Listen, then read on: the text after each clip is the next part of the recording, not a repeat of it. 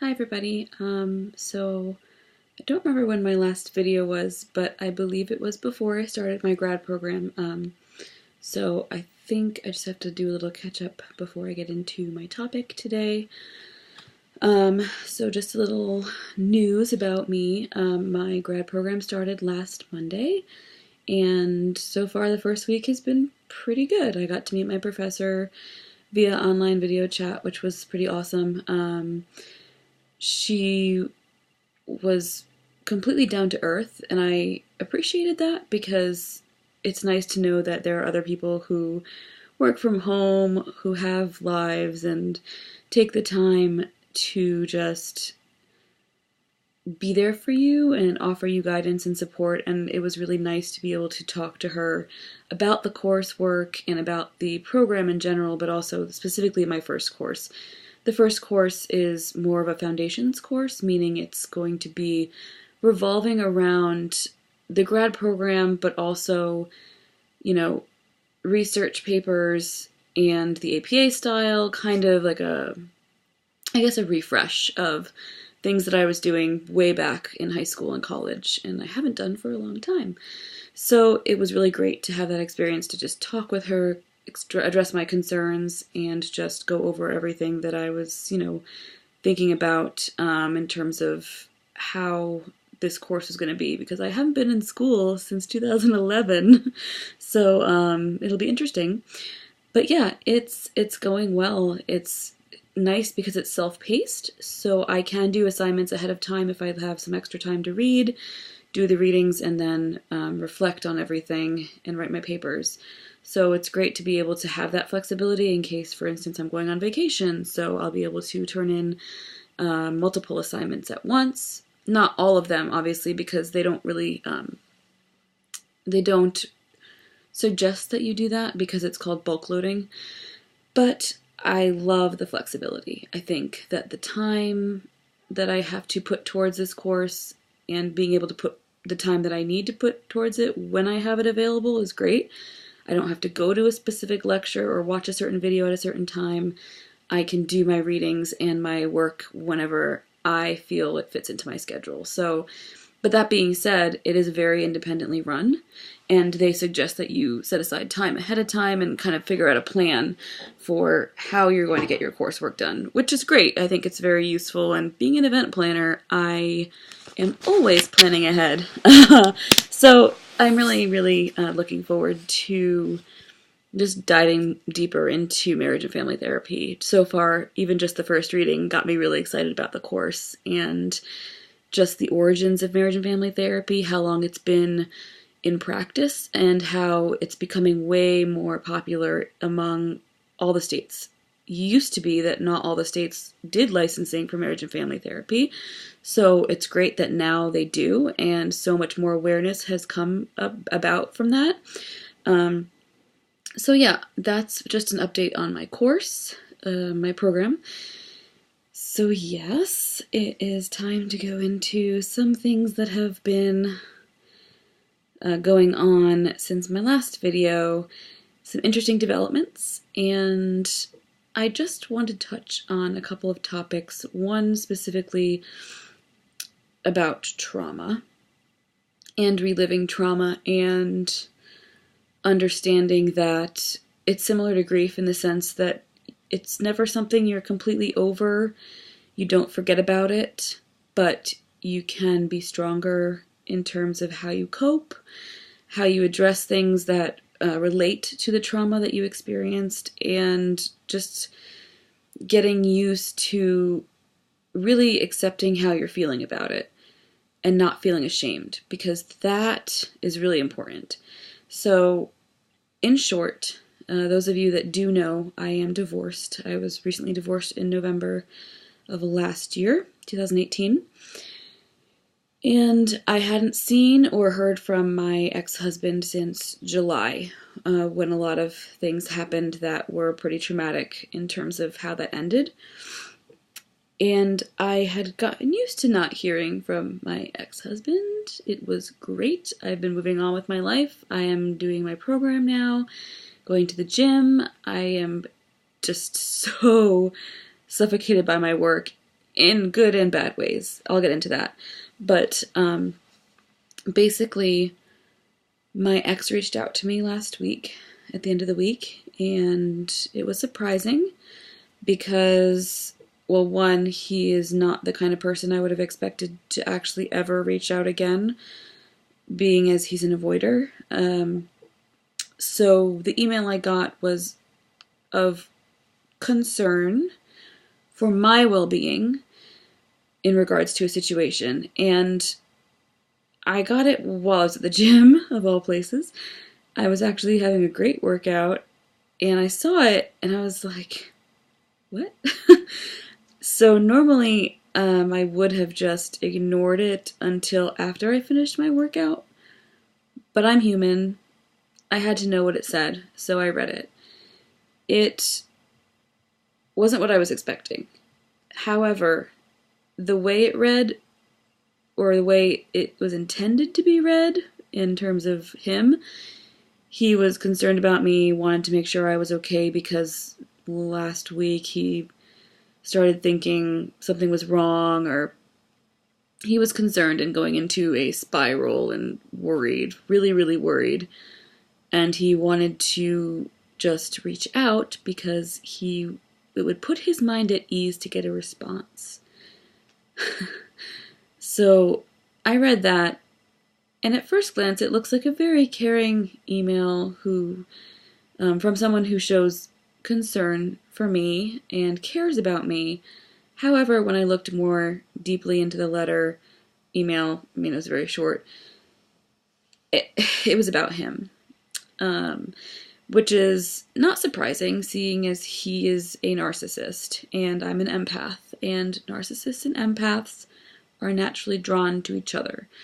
We, empaths, want to help and heal people, and be there for them, and care for them, and just do what we can to make them happy, because it makes us happy to see other people happy. A lot of the times it's to our detriment, because we end up suffering a lot most of the time. So in terms of my relationship with him, as in my previous videos I definitely have mentioned this, I read that more about he's concerned and he's upset and he wants to be put at ease because it'll make him feel better, not because it'll make me feel better. So that being said, of course my first initial response was of the petty nature, as most people would assume. I mean, that would be most people's first reaction. But I am an adult, and I have thought about this moment for a while. I didn't expect it to come so quickly. To be honest with you, I was expecting it to come later. And the fact that it's so soon after my divorce was a red flag in and of itself. I don't know what's going on in his life. I don't care. It's not my problem anymore. But at the same time, there are things that I do sort of know from other people who have just casually told me them. Not that I asked them for any information, it just kind of came out. So I believe that because he's miserable right now, for whatever reasons or whatever's going on in his life, he needs to feel validated and feel like he does care about people and that he is a good person, because he's always wanted to be a good person. However, nice guy syndrome is a thing, and it doesn't really go away unless you address it, usually in therapy or talking to somebody who is experienced to know enough about that syndrome. But my ex is not one of those people that's likely to go to therapy or get help. So, and because of the recent, how recent it is, or how soon it is after the divorce, I don't think he's learned much or changed or grown.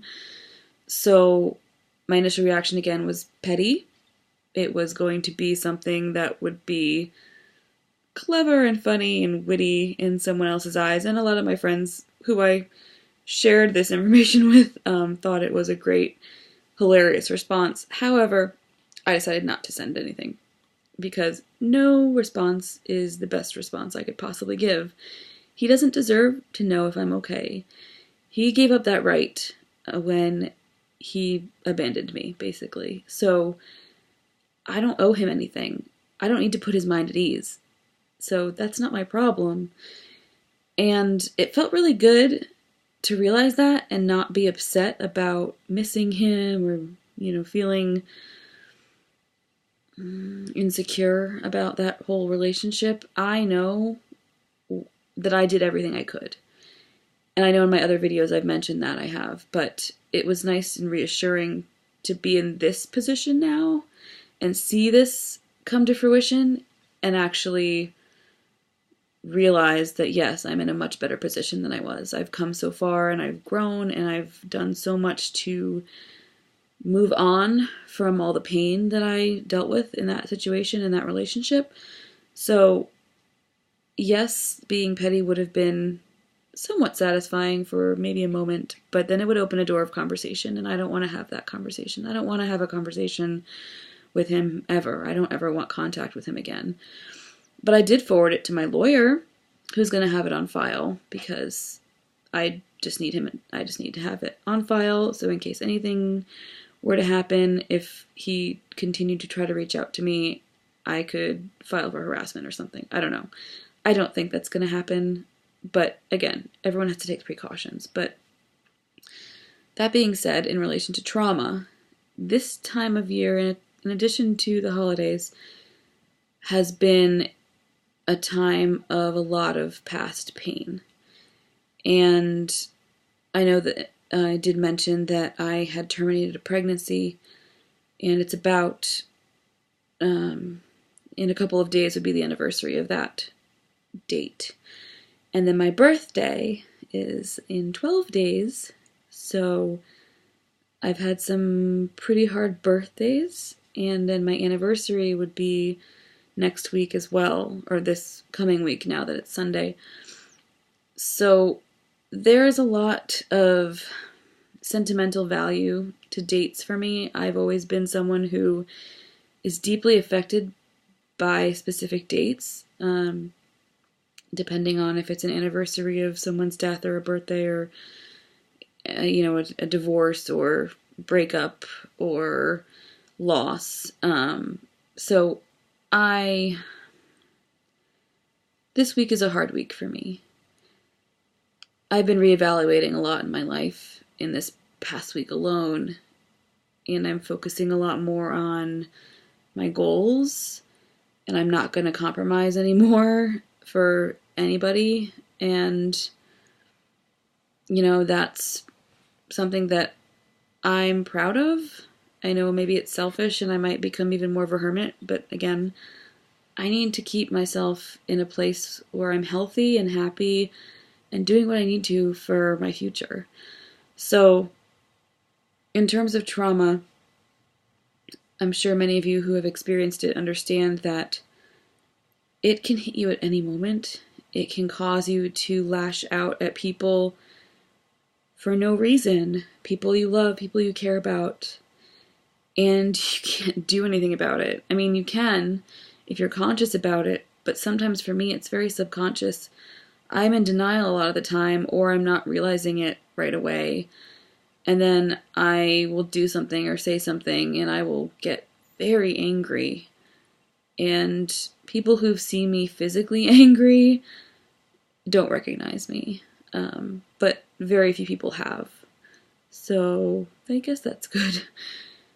But this week alone has been trying, especially with work. Work has gotten a little insane because my boss is leaving. So that's kind of put me in this position of, am I going to make a successful auction happen for this gala in less than a month? And am I going to get enough items for this gala? Am I going to have enough value? Is my revenue going to be as much as I want it to be? I mean, there's so many little bits and pieces to collecting items that have been promised, and now the fact that my boss is leaving, and this week is her last day, I was kind of having a panic attack over it because I've never done an auction before in any capacity, not for fundraisers, not for corporate events that I've done. So this is a completely new learning experience for me, and I just started class, and now my ex is trying to weasel his way back into my life. It's just been a lot. I think I've been handling it with enough grace or as much grace as possible, but I know that I've definitely been moody and weird and unapologetic. But at the same time, I'm not really gonna apologize right now because I am only human. I can't be perfect. I make mistakes. I say stupid things. I do stupid things. And I just have to remember to try to be the best person I can be for who I am. I mean, that's all I can really ask of myself. So, anyway, back to trauma. If any of you have ever experienced it, there's this out of breath feeling that first happens in your chest, and it feels like you can't breathe. There's a ringing that happens in my ears a lot when I am kind of revisiting past pain. I will sort of be, what's the word? There's not really a word for it. Kind of out of it, not really coherent or aware of a lot around me because I'm so caught up in feeling everything that I felt before. It feels like deja vu, but in the worst way possible. And yeah, that's, I think that's the hardest part about it, is that you're brought right back to that moment, right back to those things that were said or done to cause you so much heartbreak and to destroy you. And you just replay it over in your head thinking, again, did I really hear that right? Is that actually what happened? And you second guess yourself and you pretty much gaslight yourself. It's a hard process to go through. So this week, I went through that process again, and it hurt a lot. It still hurts, I'm not gonna lie, but the point is, you're not alone if you're experiencing these things. Don't feel like you're crazy or you are, not doing what you need to do for yourself. Don't think that everything you've worked for, everything you've accomplished since your trauma has meant nothing, because it's ebb and flow. It comes and it goes, and it will always be that way. And you don't need to feel scared that you're not really growing. You are growing. But our heart and our mind don't always, click. So I just wanted to kind of remind you guys, because I had to remind myself of that. I got to a really low point this week, and it was just a hard experience to think about it that way. But when I realized everything that was going on in my head, I understood that it was all in my head. I mean, the trauma wasn't in my head because it's a past experience, but it was all in my head that I was crazy and that I was not really moving on and that I'm weak and I can't get through this and that I need my ex-husband and I have to go, back to the point before it got bad, and maybe I should respond. Maybe we can reconcile. I mean, all those thoughts in my head, I'm like, my future with him was so real at a time that now I'm still mourning that. And not because I want to be back with him, because I never will be, but it's like you see this whole world of possibility in front of you, and it's just taken out of your work, like out of your life for whatever reason. It's there, and then it's gone. So yeah, I've been struggling with that this week, and in no way is that something that I should be upset about or judge myself for, because I'm not going to judge myself for that. I'm able to feel what I need to feel as long as I understand that I am still growing, I am still changing, I am still healing. It's not going to be overnight, and I need to be patient with myself, just like I've said in pretty much every video. So I am going to be more patient again with myself, but I'm also going to be much more aware of the relationships around me, in terms of how I move forward with this year specifically, because it's going to be interesting. 31 years of life to celebrate. I don't know. But yeah, like I mentioned, my birthday's coming up, and I usually plan my own parties. I usually plan something and get people together. But this year, I don't know. I don't really feel like doing that. My job revolves around planning events, and I've been planning my other friends' parties and planning get-togethers and things like that, and it tires you out. I'm tired. So I don't know if I'm going to do something for my birthday. It's a milestone for sure, and I'm not someone who's just like, it's just another day, because I love celebrating my birthday, but I just don't want to do the work because I'm doing so much other work in other areas of my life that it'd be nice if, someone just did it for me. And one of my best friends is taking me out to the city to do something for the day before my birthday, so that should be fun, which I'm grateful to her for, because it's one thing I don't have to plan, and then at least I celebrate my birthday in some way. So, but yeah, aside from that, just breathe, and when you feel like you can't, stop, close your eyes, and just be for a minute. Just sit there and slow your breath, and just concentrate on being steady and balanced and at peace, because once you do that, it'll be easier to get through those panic attacks, those flashbacks to trauma that you've experienced. Yeah. And I mean, some really close friends or family, if they're around, definitely, share this with them. People who love you, who truly love you, aren't going to judge you for how you feel. They're going to want to be there for you. So if you feel like you can't do this alone, I'm guessing you have somebody who can be there for you, and you won't have to do it alone. So, just a few little things. I know I'm a little over 20 minutes, but it's been a while since I did a video, and I'm really not sure when I'm going to have another one up exactly, depending on how my class and work continues to go. Dreading this month, so we'll see how it goes, but stay strong, stay positive. I know it's cheesy, but positivity breeds positivity. It just does. And know that tomorrow's a new day. Nothing is permanent. But you have the capacity to change if you want to grow if you want to. It's all up to you. No one else has the power over you. No one else is controlling your future or your emotions or anything about you except for you.